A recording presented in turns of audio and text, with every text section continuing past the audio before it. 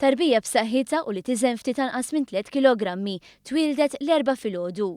Li hija speċjali f'din it-tifla huwa li hija l-ewwel waħda li twieldet minn ġenituri li għaddew minn ċiklu sħiħ tal-IVF li sar kollu f'Mater Dei.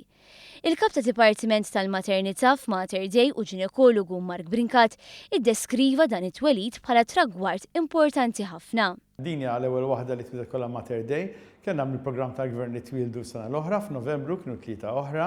F'dan il-każ, ovvjament, aħna jkollna ċertu affezzjoni lejn pazjenti tagħna, il-klijenti tagħna x'kunu nafu min xi għaddew pass pass. Il-Professur Brinkat spjega kif għaċ-ċiklu li jmiss ta' IVF hemm diġà 40 familja irreġistrati. Permezz ta' dan is-servizz, is-settur tas-saħħa f'pajjiżna qed jgħin familji li fl-modi kienu jaffaċċjaw ferm aktar diffikultajiet biex jieħdu ċans sabiex huma wkoll isiru ġenituri. Aħna kuntenti il-programm ta' Mater Dei għalli aħna responsabbli u għaddej issa in full swing.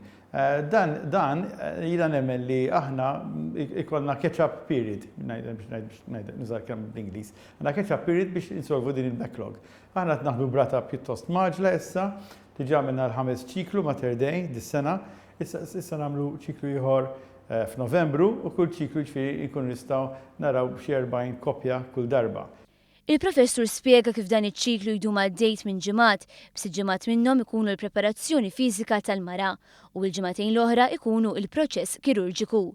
Fi żmien fejn reġgħet tkun diskussa t-triq il quddiem f'dan is-settur, Brinkat enfasizza li l-koppji li jkunu referuti għall-IVF ikunu koppji li ilhom il-problema tal-infertilità għal żmien twil. Il-problema hija waħda li tirrisolva ruħha b'IVF mela nsibu li hawn min l-ewwel darbejn qabad. Għaw min qabad bi frozen cycle, per eżempju.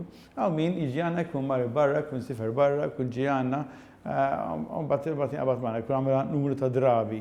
Aħna ovvjament naraw kull koppja x'għandha bżonn u minn xi xejn għaddejja.